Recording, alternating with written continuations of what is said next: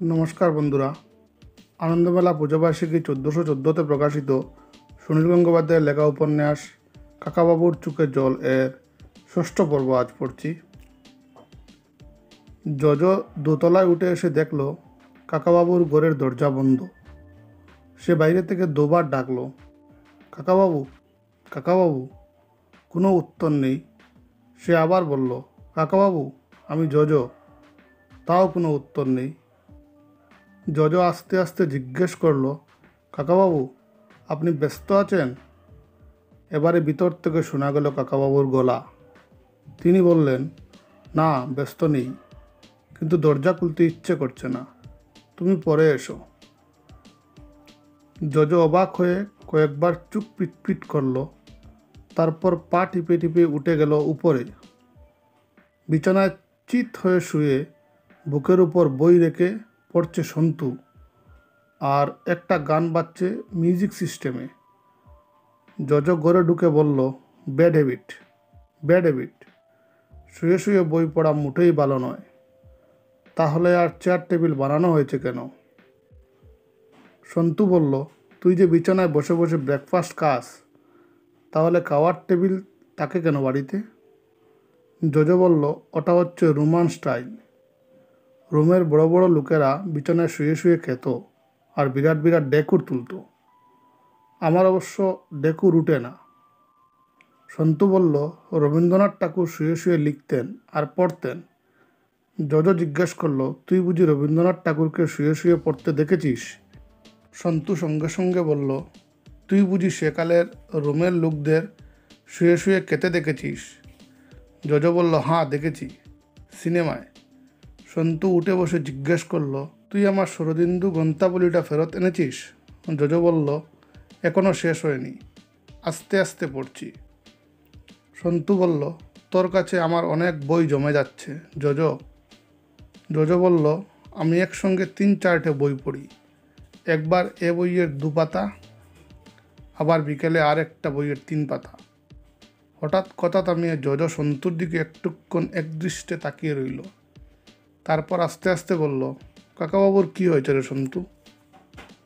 সন্তু বলল, কেন, তুই কি দেখলি? জজ বলল, দরজা বন্ধ। এই সময় কোনো দিন তো দরজা বন্ধ থাকে না। আমাকে দেখলেই জিজ্ঞেস করেন, নতুন খবর কি জজ সাহেব? আজ আমি ডাকলাম, তবু দরজা খুললেন না। সন্তু বলল, আজ কাকাবাবুকে ডিস্টার্ব করা চলবে না। ওর খুব মন খারাপ। আমাদের বাড়ি শুদ্ধ সকলেরই মন খারাপ। কাকাবাবু কারোর সঙ্গে কথা বলতে চাইছেন না। জজ বুড়ো কুচকে বলল, বাড়ি শুদ্ধ সকলেরই মন খারাপ? কেন রে, কি হয়েছে? সন্তু বলল, সেটা আর কাউকে জানানো নিষেধ। তোকে বললে তো তুই দুনিয়া শুদ্ধ লোককে জানিয়ে দিবি। জজ বলল, আই প্রমিস। সন্তু বলল, তুই বিল্টুকে চিনিস তো? আমাদের বাড়িতে প্রায়ই আসে। জজ বলল, বিল্টুকে চিনব না কেন? ও তো ছবি এঁকে একটা দারুণ প্রাইজ পেয়েছে। কি হয়েছে বিল্টুর? সন্তু বলল, বিল্টুকে পাওয়া যাচ্ছে না, মানে তাকে কিডন্যাপ করা হয়েছে। সাংঘাতিক একদল লোক 20 লাখ টাকা চেয়েছে। টাকাটা ঠিক সময়ে না পেলে। জজ বলল, এই ব্যাপার, এজন্য কাকাবাবু শুধু শুধু মন খারাপ করবেন কেন? তিনি তো ইচ্ছে করলেই লোকগুলোকে ধরে ফেলতে পারেন। সন্তু বলল, না, শুন, আজ ভোরবেলা সিদ্ধার্থদা ফোন করেছিলেন। আমাকে বললেন, খবরটা জানাননি বলে খুব খারাপ লাগছে, কিন্তু লোকগুলো শর্ত দিয়েছে, পুলিশে খবর দেওয়া চলবে না, আর কাকাবাবুকে কিছুতেই এর মধ্যে জড়ানো যাবে না। এমনকি কাকাবাবু এখন বিল্টুদের বাড়িতে যেতেও পারবেন না। কাকাবাবু কিছু করতে গেলেই ওরা বিল্টুকে মেরে ফেলার ভয় দেখিয়েছে। সিদ্ধার্থদা আমাকে বললেন কাকাবাবুকে এইসব কথা বুঝিয়ে বলতে। ওরা টাকা দিয়েই বিল্টুকে ছাড়িয়ে আনতে চান। এইসব কথা শুনেই কাকাবাবু কেমন যেন হয়ে গেলেন, একটা কথাও বললেন না। তারপর, জজ, তুই কখনো কাকাবাবুকে কাঁদতে দেখেছিস? জজ বলল, কোনো দিন না। কাকাবাবু কেঁদেছেন? সন্তু বলল, প্রথমে চোখ দিয়ে জল নেমে এলো, তারপর কিছুক্ষণ ফুপিয়ে ফুপিয়ে কাঁদলেন। একটু পরে সেই যে দরজা বন্ধ করলেন, আর কারো ডাকে সাড়া দিচ্ছেন না। কাকাবাবু বিল্টুকে খুব ভালোবাসেন।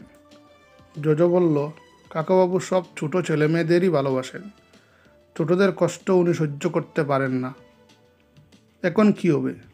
সন্তু বলল, সিদ্ধার্থদা বলেছেন আগে যেভাবেই হোক বিল্টুকে উদ্ধার করতে হবে, তারপর ওদের শাস্তির ব্যবস্থা। জোজো বলল, ইস, আমার বাবা এখন এখানে নেই, তিব্বতে গিয়েছেন বিশেষ কাজে। সন্তু বলল, তোর বাবা থাকলে কি হতো? জোজো বলল, বাবা কার্লোসকে বলে দিতেন। কার্লোস এক ধমক দিলেই ওরা সুরসুর করে এসে বিল্টুকে ফেরত দিয়ে যেত। সন্তু জিজ্ঞেস করলো, কার্লোস কে? জোজো বলল, তুই কার্লোসের নাম শুনিসনি? পৃথিবীতে যত কিডন্যাপিংয়ের দল আছে, কার্লোস হচ্ছে তাদের হেড। তাকে সকলে ভয় পায়। সে যে কোন দেশের লোক, কি জাত, তা কেউ জানে না। সে 28 রকম ছদ্মবেশ ধরতে পারে, 28 রকম ভাষাও জানে, তার মধ্যে বাংলাও বলে জোর করে। সন্তু আবার তাকে জিজ্ঞেস করলো, তোর বাবা তাকে চিনলেন কি করে? জোজো বলল, এইসব লোকের একটা কিছু দুর্বলতা থাকে। এমনিতে লোকটা দারুণ সাহসী, 7 বার মিলিটারির হাতে ধরা পড়েও পালিয়েছে, 2 হাতে রিভলভার চালাতে পারে। এমন লোকও ঘুমলেই খুব ভয়ের স্বপ্ন দেখে, দারুণ ভয়ের স্বপ্ন। ঘুমের মধ্যে ভয় পেয়ে চিৎকার করে ওঠে, তারপরেই ঘুম ভেঙে যায় আর ঘুমোতে পারে না, জেগে বসে থাকে। অনেক চিকিৎসা করিয়েছে, কিন্তু কিছুতেই এই ঘুমের মধ্যে ভয় পাওয়ার অসুখ সারেনি, বুঝলি? তারপর কার্লোস একবার কলকাতায় এসে আমার বাবার নাম শুনে দেখা করতে আসে। না, ভুল বললাম, আমার বাবার নাম শুনেই তারপর কলকাতায় এসেছিল। বাবা তাকে বিশল্যকরণী গাছের কয়েকটা শিকড় রোজ চিবিয়ে খেতে বলেন। তাতে কি হয় বলতো? অনেক স্বপ্ন দেখা যায়, অনেক স্বপ্ন, আর ভালো ভালো স্বপ্ন। তাই বয়ের স্বপ্ন আর পাত্তা পায় না। ভালো স্বপ্নগুলো গুতোগুতি করে খারাপ স্বপ্নটাকে তাড়িয়ে দেয়, আর কার্লোস আরাম করে ঘুমোয়। ইস, কার্লোসকে একটা খবর দিতে পারলে কত ভালো হতো। ও কলকাতায় সব গুন্ডা বদমাইশদের চেনে। ও বাবাকে কথা দিয়েছে, বাঙালিদের কখনো ক্ষতি করবে না। সন্তু বলল, তোর কাছে কার্লোসের কথাই প্রথম শুনলাম। জোজো ঠোঁট উল্টে বলল, এরকম আরও কত আছে, শুনবি আস্তে আস্তে। এখন কথা হচ্ছে, কাকাবাবু মাথা না গোলালেও বিল্টুকে উদ্ধার করার জন্য তুই আর আমি কিছু করতে পারি না? সন্তু বলল, কি করতে পারি বল? এক তো কার্লোসকে পাওয়া গেল না। জোজো বলল, দাঁড়া, একটু ভেবে দেখি। তখনই বুলবুলি পিসি এসে ঢুকলেন ঘরে। চিন্তিতভাবে বললেন, এ কি ব্যাপার হচ্ছিল সন্তু? চুড়দা যে কিছুতেই দরজা খুলছেন না, ব্রেকফাস্ট খেলেন না, কফি খেলেন না, শরীর টরীর খারাপ হলো নাকি? সন্তু বলল, শরীর খারাপ নয়, মন খারাপ। বুলবুলি পিসি বললেন, তা তো জানি, কিন্তু মন খারাপ থেকেই শরীর খারাপ হয়। কিছু না খেলে চলে? সন্তু, একটা কিছু ব্যবস্থা কর। সন্তু খানিকটা অসহায়ভাবে বলল, আমি কি করব বলো তো পিসি? বুলবুলি পিসি বললেন, তুই গিয়ে ডাক, তোর কথা শুনবেন, দরজা খুলবেন। সন্তু বলল, তোমরা কাকাবাবুকে সবসময় হেসে হেসে কথা বলতে দেখো, ওর রাগ তো দেখোনি। ওরে বাবা, ওর রাগের সময় আমিও সামনে দাঁড়াতে ভয় পাই। জোজো বলল, আমি একটা কথা বলবো, চলো সকলে মিলে একসঙ্গে যাই। 3 জন একসঙ্গে ডাকবো, তাহলে কাকাবাবু ঠিক দরজা খুলতে বাধ্য হবেন। আমি একেবারে সামনে দাঁড়াবো। যদি আমার উপর বেশি রাগ করেন, তাতে আমার কিছু আসে যায় না, আমি ফটাস করে হেসে দেব। বুলবুলি পিসি বললেন, ফটাস করে হাসি মানে? সেটা আবার কেমন? জোজো বলল, আছে আছে, দেখলে বুঝবে। 3 জনই নেমে এলো নিচে। কাকাবাবুর বন্ধ দরজার সামনে দাঁড়িয়ে 3 জনই একসঙ্গে ডাকলো, কাকাবাবু, চোরদা। কোনো উত্তর নেই। সন্তু এবার জোজোর কানে কানে কি যেন বলে দিল। জোজো চেঁচিয়ে বলল, কাকাবাবু, তুমি যদি 2 মিনিটের মধ্যে দরজা না খুলো, তাহলে তোমার দাদা পায়ের ব্যথা নিয়ে উপরে উঠে আসবেন বলেছেন। প্রায় সঙ্গে সঙ্গেই দরজা খুলে গেল। কাকাবাবুর বুড়ো কুচকানো গম্ভীর মুখ দেখে সন্তু সরে গেল পিছনে। কাকাবাবু বললেন, আহ, তোমরা কেন আমাকে বিরক্ত করছো? জোজো বলল, সকলে ভিতরে চলে এসো, ভিতরে চলে এসো। জোজো প্রথমে কাকাবাবুকে প্রায় ঠেলেই ঢুকে পড়ল ঘরের মধ্যে। সন্তুর হাত ধরে টেনে আনলো। বুলবুলি পিসি নিজেই ভিতরে এসে জোজোর দিকে তাকালেন। জোজো বলল, এখনো ফোটাস হাসির সময় হয়নি, এখনো কাকাবাবু আলাদা করে আমাকে বকেননি। কাকাবাবু বুলবুলি পিসির দিকে তাকিয়ে জিজ্ঞেস করলেন, কি ব্যাপার তোমাদের? বুলবুলি পিসি বললেন, বিল্টুর জন্য আমাদের সকলেরই খুব মন খারাপ, কিন্তু সকাল থেকে উদাস করে থাকলে কি কোনো লাভ হবে? ছোটদা, তুমি কফি খাওনি? কাকাবাবু একটা দীর্ঘশ্বাস ফেলে বললেন, শুধু মন খারাপ নয় রে বুলবুল, এখন অসহ্য রাগে আমার শরীর জ্বলে যাচ্ছে। ইচ্ছে করছে রিভলভারটা নিয়ে এখনই বেরিয়ে গিয়ে ওদের গুলি করে মেরে ফেলি। বুলবুলি পিসি জিজ্ঞেস করলেন, ওদের মানে কাদের? কাকাবাবু বললেন, যারা বিল্টুর মতো ছোট ছেলেদের চুরি করে নিয়ে যায়, মেরে ফেলার ভয় দেখায়, তাদের। বুলবুলি পিসি আবার জিজ্ঞেস করলেন, তাদের তুমি পাবে কোথায়? কাকাবাবু বললেন, তাদের যে আমি খুঁজে বের করব, তারও তো উপায় নেই। বিল্টুর বাবা মা তা চায় না। আমি কিছু না করে ঘরের মধ্যে বসে থাকবো। ওহ, অসহ্য অসহ্য। জজ বলল, কাকাবাবু, আপনি সত্যি সত্যি তাদের দেখতে পেলেও গুলি করে মেরে ফেলতে পারবেন? আপনি তো কাউকেই শেষ পর্যন্ত মারেন না। কাকাবাবু বললেন, আগে মারতাম না, অনেক অপরাধীকে শেষ পর্যন্ত ক্ষমা করে দিয়েছি, কিন্তু ছোট ছেলেমেয়েদের জীবন নিয়ে যারা চিনিমিনি খেলে, তাদের মতো খারাপ মানুষ আর হয় না। তারা মানুষ নয়, অমানুষ। তাদের একেবারে মেরে ফেলাই উচিত। কাকাবাবুর পিঠে হাত রেখে বুলবুলি পিসি বললেন, ছোটদা, রাগে তোমার শরীর কাঁপছে, একটু শান্ত হও। বসো, আমি তোমার ব্রেকফাস্ট এনে দিচ্ছি। কাকাবাবু ইজি চেয়ারে বসে পড়ে চোখের সামনে খবরের কাগজ তুলে নিলেন। সন্তু ফিসফিস করে জজকে বলল, চল আমরা উপরে যাই। টোস্ট, আমলেট আর কফি খাওয়ার পর কাকাবাবু বাইরে বেরোনোর পোশাক পরে নেমে এলেন নিচে। বুলবুলি পিসি একটু অবাক হয়ে জিজ্ঞেস করলেন, ছোটদা, তুমি বেরোচ্ছ? কোথায় যাচ্ছ? কাকাবাবু জাজের সঙ্গে উত্তর দিলেন, কোথায় যাচ্ছি মানে? আমি পুলিশের কাছে যাব না, বিল্টুদের বাড়ির দিকেও যেতে পারবো না। তাহলে কি আমাকে নিজের বাড়িতে বন্দি হয়ে থাকতে হবে? এই একটু ঘুরে আসছি। দরজা খুলে কাকাবাবু বেরিয়ে এলেন রাস্তায়। এদিক ওদিক তাকিয়ে দেখলেন, বাড়ি থেকে কোথাও যেতে হলে তিনি সাধারণত ট্যাক্সি নেন। বাসের ভিড়ে তার অসুবিধে হয়। আজ ট্যাক্সি না ডেকে খানিকটা হেঁটে এলেন পার্কের কাছে। একটু দাঁড়াতেই সেখানে একটা দোতলা বাস এসে থামল। এখন বেলা 11:30, তবু বাসে বেশ ভিড়। কাকাবাবু ক্লাচ দুটো নিয়ে সাবধানে বাসে উঠলেন। ভিড়ের মধ্যে দাঁড়িয়ে রইলেন বাসের হাতল ধরে। কিছু দূর গিয়ে বাস বদল করে আরেকটা বাসে উঠলেন কাকাবাবু। তারপর নামলেন কিরিতপুরের কাছে। এদিক ওদিক তাকিয়ে বুঝতে চাইলেন কেউ তাকে অনুসরণ করছে কি না। কেউ নেই। খানিকটা হেঁটে একটা গলির মুখে এসে তিনি একটা বাড়ির গেটের কাছে থামলেন। বেশ উঁচু লোহার গেট, ভিতরে মোরাম ডালা, একটু রাস্তা, তারপর শ্বেত পাথরের সিঁড়ি। বাড়িটি বেশ বড় আর পুরনো আমলের। এক পাশ দিয়ে দেখা যায় গঙ্গা নদী। গেটের পাশে দাঁড়িয়ে আছে বেশ লম্বা চেহারার পাগড়ি পরা দারোয়ান। কাকাবাবু শার্টের পকেট থেকে একটা কার্ড বের করে দারোয়ানকে দিয়ে বললেন, আমি জগৎ মল্লিকের সঙ্গে দেখা করতে চাই। এই কার্ডে আমার নাম লেখা আছে। দারোয়ান গেট না খুলে কার্ডটা নিয়ে বাড়ির ভিতরে চলে গেল। একটু পরে ফিরে এলো সঙ্গে আরেকজন লোক নিয়ে।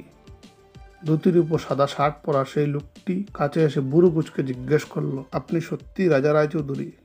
মল্লিকবাবু বাড়িতে আছেন নিশ্চয়ই? লোকটি দারোয়ানকে গেট খুলে দেওয়ার ইঙ্গিত করে কাকাবাবুকে বলল, আসুন। একটা মস্ত বড় বসার ঘরে কাকাবাবুকে বসিয়ে লোকটি ভিতরে চলে গেল। কাকাবাবু দেওয়ালের ছবিগুলো দেখতে লাগলেন। খানিক পরে লোকটি ফিরে এসে জিজ্ঞেস করলো, বাবু আছেন 3 তলার ঘরে, এখন নামতে পারবেন না। আপনি সেখানে যেতে চান? কাকাবাবু বললেন, হ্যাঁ, যেতে চাই, শুধু সিঁড়ি দিয়ে উঠতে অসুবিধে হবে, আস্তে আস্তে উঠব। বাইরে একটা লম্বা বারান্দা, এক পাশে উঠোন। সিঁড়ির পাশে এসে দাঁড়িয়ে লোকটি বলল, আপনাকে কষ্ট করতে হবে না, লিফট আছে পাশেই। কাকাবাবু বললেন, এটা নতুন, আগে ছিল না। উপরে উঠে এসে কাকাবাবুকে লোকটি নিয়ে এলো আরেকটি করে। এটাও একটা বসার ঘর, সোফা দিয়ে সাজানো। জানলা দিয়ে দেখা যায় গঙ্গা দিয়ে যাচ্ছে স্টিমার। ঘরে কেউ নেই। কাকাবাবুকে বলা হলো কোণের দিকে একটা সোফায় বসতে। কাকাবাবু বসতে যেতেই লোকটি হঠাৎ পিছন থেকে ঝাপটে ধরল কাকাবাবুকে। তারপর এক হাতে কাকাবাবুর গলাটা পেঁচিয়ে ধরে অন্য হাতটা ঢুকিয়ে দিল তার প্যান্টের পকেটে। কাকাবাবু চোখের নিমেষে লোকটির সেই হাতটা ধরে এমন জোরে মুচড়ে দিলেন যে লোকটি যন্ত্রণায় আ হা করে উঠল। কাকাবাবু লোকটিকে ঠেলে সরিয়ে দিয়ে বললেন, ছি, অন্য লোকের পকেটে ওরকমভাবে হাত দিতে নেই। আমার রিভলভারটা বের করে নেওয়ার তাল করেছিলে তো, সেটা মুখে বললেই হতো। পাছে রাগের ছুটে কাউকে আজ গুলি করে ফেলি, তাই রিভলভারটা আমি সঙ্গেই আনিনি। এই দেখো। কাকাবাবু সব পকেট উল্টে দেখালেন।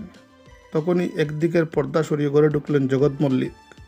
খুব ফর্সা রং, লম্বা চওড়া চেহারা, পুরুষ্ট বুড়ো গুফ আছে, একটু একটু টাক পড়তে শুরু করেছে। কোচানো ধুতি আর ফিনফিনে সাদা পাঞ্জাবি পরা। জগৎ মল্লিক দাঁড়িয়ে থেকেই বললেন, আমি এখনও যেন নিজের চোখকে বিশ্বাস করতে পারছি না। সত্যি সত্যি রাজা রায়চৌধুরী এসেছেন নিজের ইচ্ছেতে এই বাঘের গুহায়? কাকাবাবু হেসে বললেন, না না, বাঘের গুহা কেন হবে? এটা আপনার মতো একজন বনেদি মানুষের বাড়ি। এ বাড়িতে তো আমি আগেও এসেছি, তাই না? জগৎ মল্লিক বিদ্রূপের সুরে বললেন, আপনাকে এখনই যদি মেরে ফেলি, কে আপনাকে বাঁচাতে আসবে? রিভলভারও তো সঙ্গে আনেননি শুনলাম। কাকাবাবু বললেন, এমনভাবে কি মানুষকে মেরে ফেলা যায়? আপনি বড় দূর চেষ্টা করতে পারেন, চেষ্টা করলেই যে পারবেন তারও তো কোনো মানে নেই। আমার আবার বেঁচে থাকার একটা আশ্চর্য ক্ষমতা আছে। যাই হোক, বসুন বসুন, আপনার সঙ্গে কাজের কথা আছে। জগৎ মল্লিক ধমক দিয়ে বললেন, বাজে কথা ছাড়ুন, আপনার সঙ্গে আবার কাজের কথা কি? আপনাকে দেখেই রাগে আমার গা জ্বলছে। আপনাকে খুন করে গঙ্গার জলে ভাসিয়ে দিতে ইচ্ছে করছে। কাকাবাবু বললেন, মৃতদেহ হয়ে গঙ্গার জলে ভাসার একটু ইচ্ছে আমার নেই। এখন আমার কথা শুনুন, তাহলে আপনার রাগ কমে যাবে। জগৎ মল্লিক গর্জন করে বললেন, রাগ কমবে মানে? আপনার জন্য আমি 5 বছর জেল কেটেছি, ছাড়া পেয়েছি মাত্র 7 দিন আগে। জেলে বসে প্রতিটা দিন আমি ভেবেছি রাজা রায়চৌধুরীর উপর আমি প্রতিশোধ নেবই নেব।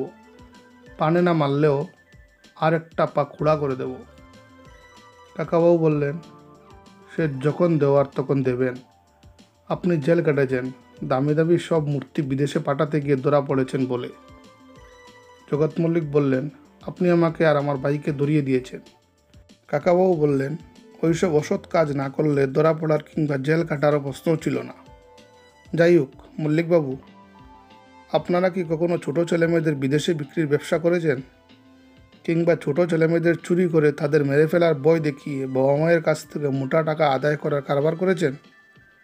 রাগে জগৎ মল্লিকের ফর্সা মুখখানা লাল হয়ে গেল।